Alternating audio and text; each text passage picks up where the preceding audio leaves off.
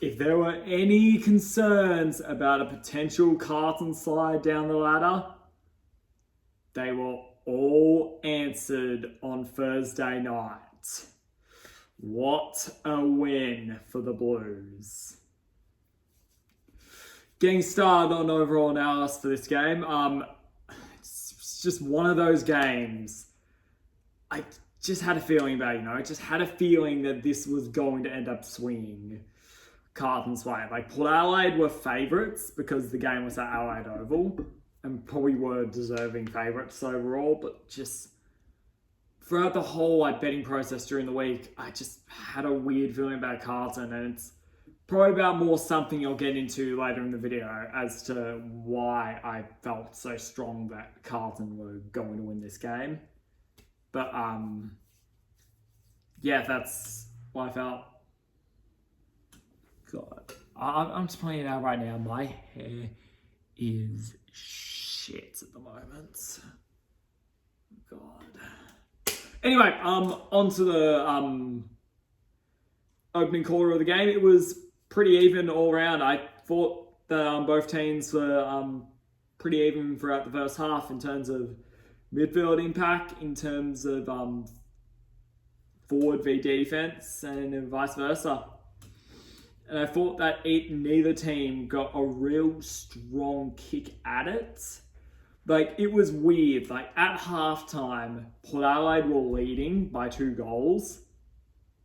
Carlton were leading, but Port Adelaide had more scoring shots. So that just, I don't know, it felt really weird that. And that's probably to go by the midfield dominance that they were having, which was the one key part of the game that they were dominating early on and at the beginning of the half. And then that was probably the reason why they were in front, but they just couldn't capitalise on it. And something I say so much of the time during this is that you gotta capitalise on your opportunities, which is something I thought Port Adelaide could have done way better last night. But overall, in the fourth quarter, Carlton had a complete and utter outburst that was just so incredible to see. When it comes to key reasons as to why I thought that outburst came, I thought the big one was the forward line. Like, as much aligned as Port Adelaide's defense has been this season, and as much pressure as they have gone under this season, you could just tell throughout that they had no answer for Charlie Curnow and Harry Mackay. Charlie Curnow has usual self, and Harry Mackay continued his absolute incredible strong form he's shown all throughout this season by kicking 2-3 goals in the game. There was a little bit of an error he had when he failed to pick up a ball, but it didn't seem to matter too much for him, luckily. And I also felt like the small forwards of Carlton were getting like the most perfect opportunities when the time came. Like, Blake Acres, I thought played really well. It was his best game in a long time, and he had a clutch kick when it got to the fourth quarter, which was incredible to see. And Zach Williams has been, putting him into the forward line has been just such an incredible move, which has been move that for Michael Voss made that was so good. I thought Carlton's defense did pretty well enough. Like, Ansard played really well, and I feel like they're starting to get players back on their defense, like Wiedering, who have been just absolutely massive for them in the long term. And I thought that they probably dominated the ruck pretty well. But those weren't as big as their forward line. I thought their forward line and how they treated that forward line matchup was what really won them the game last night. I also thought Michael Voss did so well in the coach's box. Like, you can tell how the experience of how he's been with Port Adelaide all these years is helping out so much in terms of making Carlton a lot more deadlier this year. Like, it really has helped out, and been a big factor as to why all of a sudden Carlton's had 3 in a row against Port Adelaide.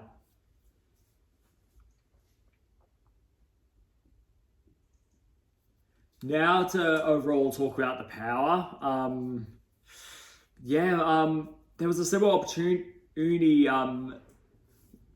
in the showdown where I just felt like they missed their opportunity to take a big scalp against the Adelaide Crows, and just it feels that every time that there is a massive game, this team just loses. Like, they just don't have the mental capacity to be able to come up with the big dogs. And that's why I called this video a Hinkley tradition, because this hasn't been just a problem for this season. It's been a problem throughout all of Hinkley's tenure, where Port Adelaide's just lost games like this. That's why I tipped against them. It's just... it's...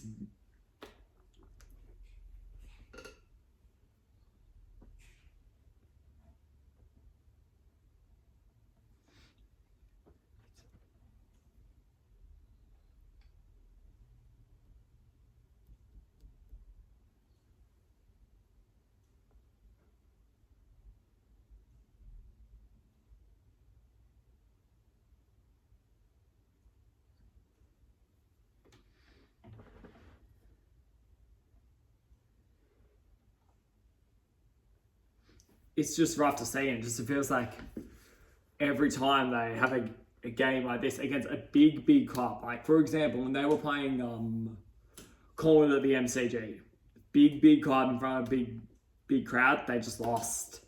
And this game against Carlton, a big team, they another contender just like them, they lost. And against Adelaide, at Adelaide Oval, like a showdown. Big game in South Australia for all the bragging rights. They lost. And I say it's been going on for Hinkley's whole tenure, because like 2020 preliminary final, 2021 preliminary final, both big games at home that Port Adelaide can win to go to the grand final, and they lay a goose egg. So it's all the showdowns, like why do you think Adelaide has a recent really good record against them? It's Hinkley tradition. They just unfortunately lose games like this, and like it gets to a point where it's a lot more of a mental thing, and it really builds up as to why a team is a flat track bully, like we call them, which Port Adelaide unfortunately really are at the moment. So yeah, like they definitely missed Connor Rozee. Like I will say that in the midfield, they definitely missed Connor Rozee.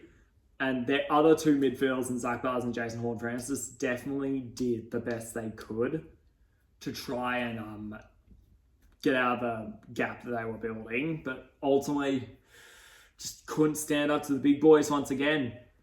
And obviously, mentioned in the Carlton section, but their defense really let them down.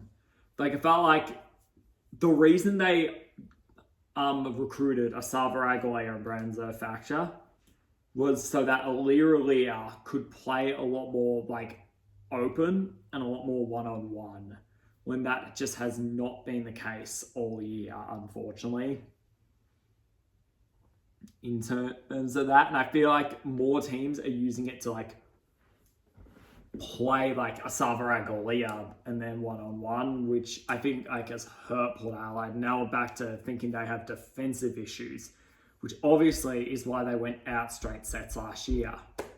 So yeah, it's a little bit of a problem, and this game was very alarming from a power perspective, as after the showdown, this was a chance to rectify things and basically make things new, and I felt like they just made things a lot more foggier again. They just confirmed all their naysayers right, I feel. Overall, massive win for Carlton, and we'll talk about Pride soon, and we'll see if things have improved. But yeah, Hinkley tradition.